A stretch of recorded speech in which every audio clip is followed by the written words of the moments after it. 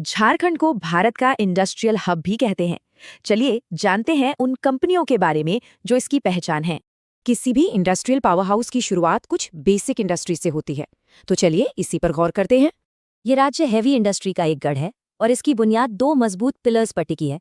तो हम देखेंगे स्टील और कोयले के इन पिलर्स को, एक बड़ी ऑटोमोबाइल कंपनी को, और ये सब कैसे जुड़े हैं। तो सबसे पहले बात करते हैं उन दो स्टील कंपनियों की जिन्होंने देश के इंडस्ट्रियल नक्शे को बदला। स्क्रीन पर ये दो बहुत बड़ी कंपनियां हैं, पर दोनों में एक बहुत बड़ा फर्क है। टाटा स्टील का जमशेदपुर वाला प्लांट देश के सबसे पुराने और बड़े स्टील प्लांट्स में से एक है।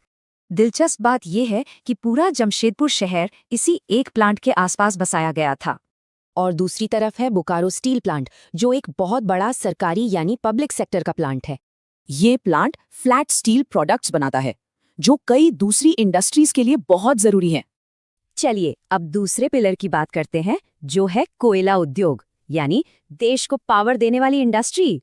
यहाँ कोल इंडिया की दो कंपनियां हैं, एक है सेंट्रल कोलफील्ड्स और दूसरी भारत कोकिंग कोल लिमिटेड।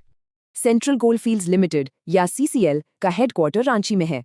ये देश के एनर्जी सेक्टर का एक बड़ा नाम है और इसकी खदानें देश की एनर्जी सप्लाई का एक बहुत बड़ा हिस्सा पूरा करती हैं। अब बात करते हैं बीसीसीएल की, जिसका हेडक्वार्टर धनबाद में है। इस शहर का एक और नाम भी है। जी हाँ, भारत की कोयला राजधानी, और ये नाम इसे बीसीसीएल की वजह से ही मिला है। ये चार्ट देखिए, इससे पता चलता है कि प्राइम कुकिंग कोल पर तो बीसीसीएल का लगभग एक छत्र राज है।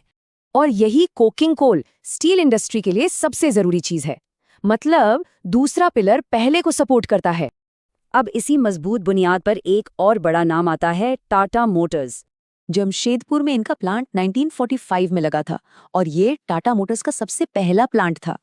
ये प्लांट कमर्शियल गाड़ियां बनाने का एक बहुत बड़ा हब है, मतलब ट्रक और बसें यहीं बनती हैं। और इसके होने से आसपास के छोटे मोटे उद्योगों को भी बहुत काम मिलता है। तो ये सब आपस में कैसे जुड़ा है? असल में ये सभी कंपनियां एक पावरफुल इंजन की तरह काम करती हैं।